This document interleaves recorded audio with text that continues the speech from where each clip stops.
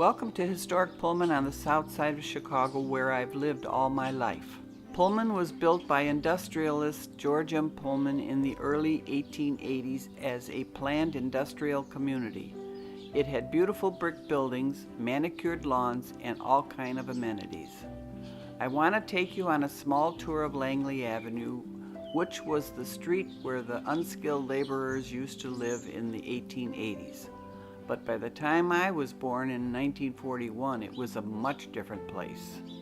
At that point, the neighborhood was much more of an industrial community. The Pullman Company no longer owned and operated the town, and the wear and tear was starting to show. Residents who didn't understand the architectural significance started to alter the inside and outside of their townhouses. The manicured lawns gave way to a parkway dotted with weeds and coated with dirt. By the 1920s, many former residents turned into grocery stores or taverns. Many places made bootleg liquor.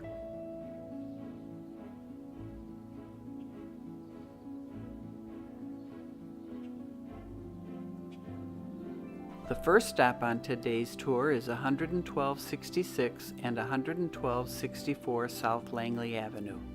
This beautiful building has a lot of history.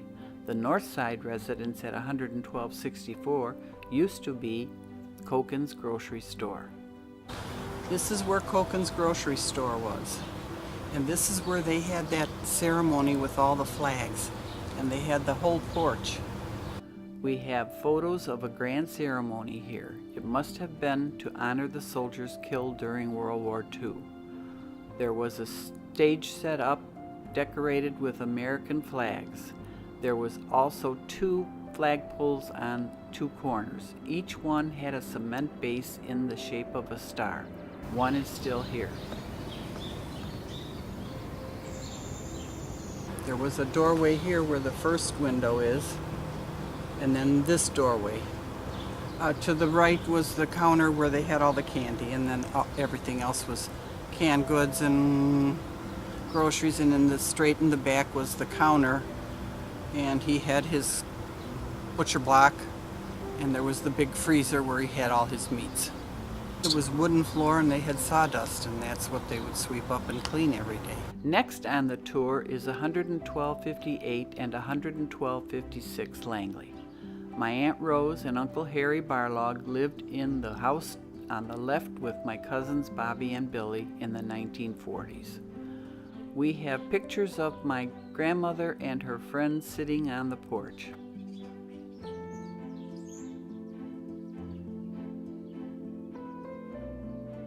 Next to my Aunt Rose was the Mocknick family, Mr. and Mrs. Mocknick and their 3 children, Anne, Wally, and John.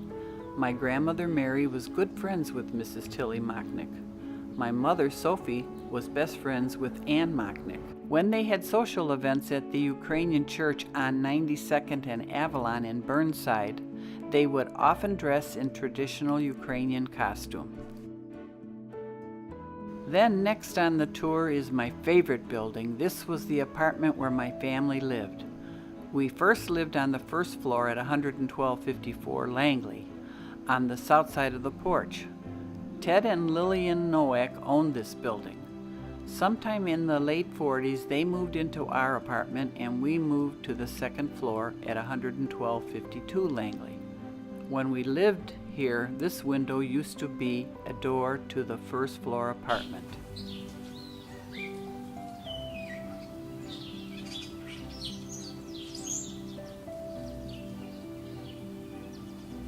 Next door to us was the famous Tumble-In Tavern at 11250 Langley. When I was young, this was owned by Maria Valenti. Later, it was purchased by Mary and Cecil Lira. Where the flower pots are, if you go back, that's how the Valentis went up to their apartment if they didn't go through the tavern.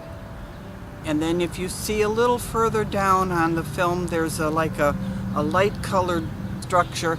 That was where the kitchen was, and if you see the brick after that, that's where the garage was, where they stored their liquor and beer.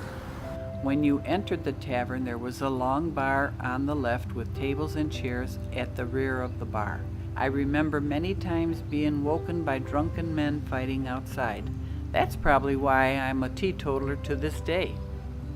In the mid-1940s, Lillian Nowak had a birthday party for her son Denny, and they invited all the kids. In this picture, I recall seeing Sandy Iberg, Kenny's older sister Marilyn Bombassi. Standing right in front of the door was Noreen Rafferty, who lived upstairs from us in our building. The first boy on the right sitting at the top stairs was Robert Valenti. I think the boy sitting next to him was Skippy Myrup. The girl sitting next to Skippy was Pat Norish, Irma Valenti, Donna Koken, Johnny Valenti, and there's me, and then there's Denny Nowak, and there's Sandy Iberg, Barbara Pagliaro.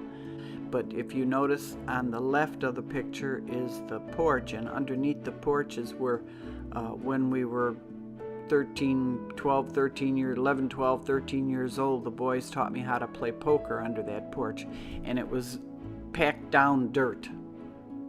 So we would get filthy dirty, but we played poker under that porch. Next to the Tumble-In Tavern was Simonini's grocery store. This grocery store also had sawdust on the floor. The counter and the register were on the south side, and the meat counter and scale was on the west side toward the back of the store.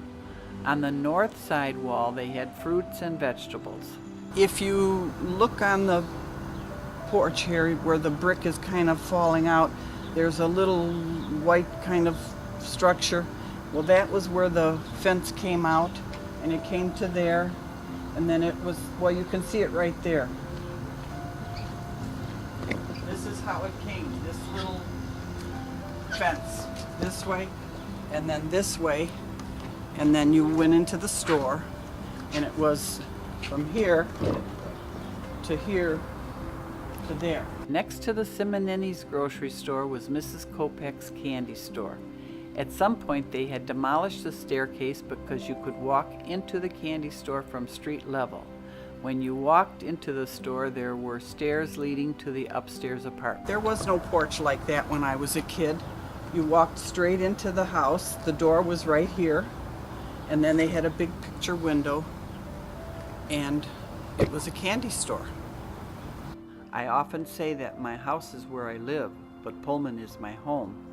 And I really mean that. How many people can walk down the block and see where their grandparents lived and worked? A place where one has seen it go from an afterthought of a community to a place of national significance. I'll tell you this place is part of my DNA, and I couldn't be prouder of where it's come from, where it is, and where it's going to go, just beyond the horizon.